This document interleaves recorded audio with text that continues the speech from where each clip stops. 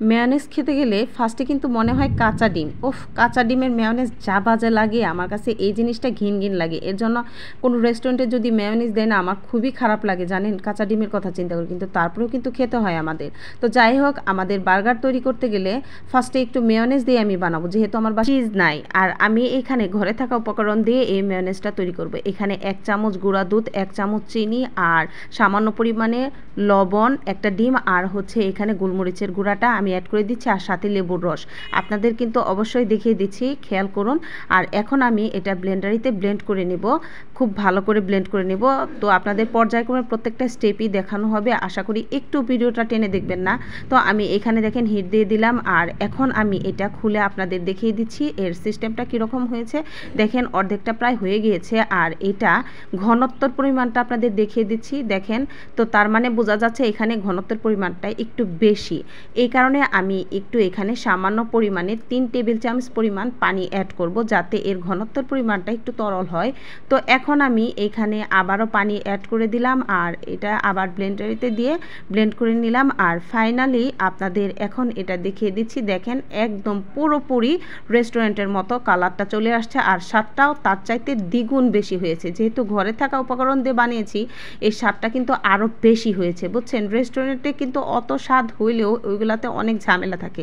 তো যাই হোক, আপনারা এটা দেখতে থাকুন, আর আমি এটা পরিবেশন করে দেখিয়ে দিচ্ছি। আর এখানে আমি এইটুকু মেয়োনিজ দিয়ে প্রায় 3টা বা 4টা বার্গার প্রস্তুত করব, আর সেই জন্য আমি অতটুকু পরিমাণ নেইনি। আর আপনাদের যদি আরও বেশি বার্গার বানাতে দরকার হয়, তাহলে আরও ডিমের পরিমাণ বেশি, আর একটা ডিম প্রতি 1 চামচ করে গুঁড়া দুধ নেবেন, অবশ্যই রাইস চামচের পরিমাণ করে নেবেন।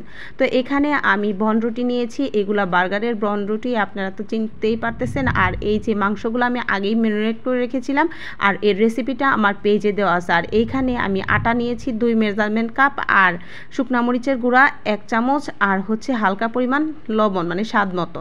আর এখন এটা আমি কুট করে নিচ্ছি। অনেকে কিন্তু এটা কুট করতে ভালো করে জানে না, এই কারণে আমি আপনাদের কুট করাটাই ভালো করে দেখিয়ে দিচ্ছি।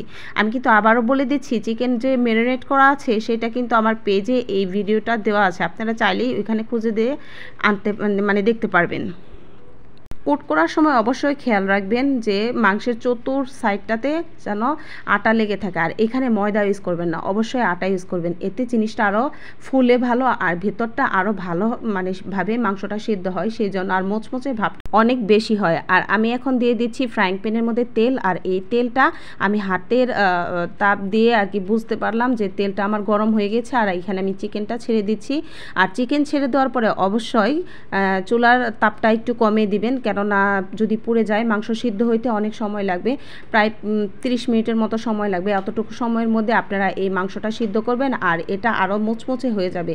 বেশি তাপের মধ্যে যদি এটা সিদ্ধ করতে যান বা ভাজতে যান তাড়াহুড়া করলে, তাহলে পুড়ে যাবে, আর কালারটা অত ভালো আসবে না, মাংসটাও কিন্তু অত স্বাদ লাগবে না। আর অবশ্য বার্গারের মধ্যে মাংসগুলা মানে অনেক নরম থাকে, সেই জন্য খুব আস্তে আস্তে ভাজবেন।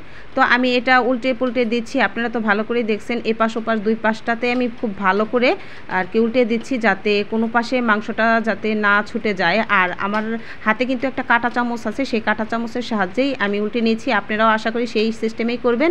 আর আমি ওই পাশে মাংসটা সিদ্ধ হতে হতেই আমি এইখানে বার্গারগুলা মানে সিস্টেম করে নিচ্ছি, আর কি বনরুটির মাছ বরাবরই আর কি রুটিগুলা কেটে নিচ্ছি। তো দেখেন, আর প্রত্যেকটা রুটি এইভাবে কেটে নিচ্ছি। তারপরে যখন চিকেনগুলো হয়ে যাবে, আমি এখানে মেয়োনেজ আর বিভিন্ন উপকরণ দিব, সেগুলো আপনাদের দেখিয়ে দিব।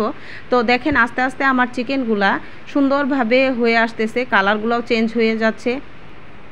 যখন চিকেনটা পুরা ব্রাউন কালার হয়ে যাবে না, তখন আর কি চিকেনটা মনে করবেন আপনার ফাইনালি হয়ে গিয়েছে। এই যে দেখেন আমি চিকেনগুলো উঠে নিচ্ছি একটা ঝাঁঝরির সাহায্যে আর একটা কাঁটা চামচের সাহায্যে, খুব সুন্দর করে এমনভাবে উঠাচ্ছি যাতে মাংসগুলো ভেঙে না যায়, খুব সুন্দর করে উঠাচ্ছি। আর এই যে দেখেন আমি আপনাদের দেখে দিলাম সুন্দর হয়েছে। আর এখন আমি এইগুলার ভেতরে যে করে রাখা মেয়োনেজটা আছে না, সেগুলো সুন্দর করে ভালো করে এগুলার গায়ে লাগিয়ে দিচ্ছি। আর কিভাবে লাগিয়ে দিচ্ছি ভালো করে দেখছেন, নিচে যদি একটু ঘন করে মানে বেশি করে দেওয়া হয়, তাহলে উপরে রুটিটা চাপ দিলে কিন্তু অবশ্যই উপরের অংশেতে মেয়োনেজটা লেগে যাবে। তারপরে দিচ্ছি শসা, আর আমাদের বাসায় কিন্তু লেটুস পাতা ছিল না, যার কারণে আমি এখানে শসা দিলাম।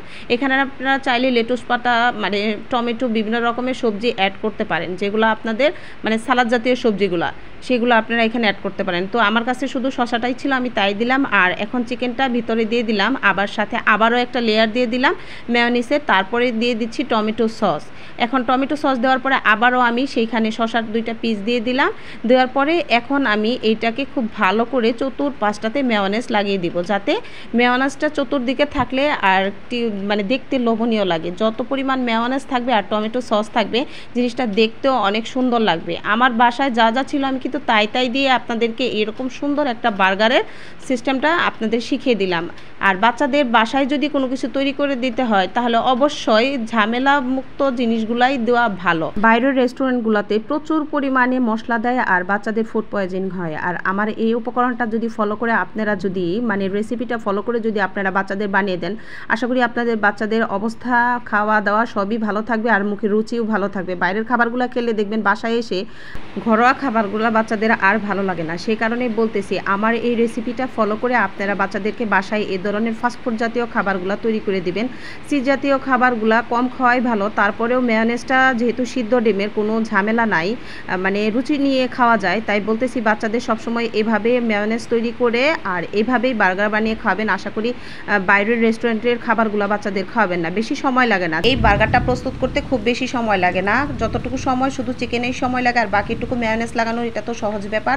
তো আমি ফার্স্টের দিক দিয়ে কিন্তু আপনাদের একটা দেখিয়ে দিয়েছি কিভাবে মেয়োনেজ ভালো করে লাগাইতে হয়, তো সেটা আপনাদের দেখিয়ে দিয়েছি। আর দেখেন কত সুন্দর মানে লোভনীয় হয়েছে, আসলে খুব মজা হয়েছিল।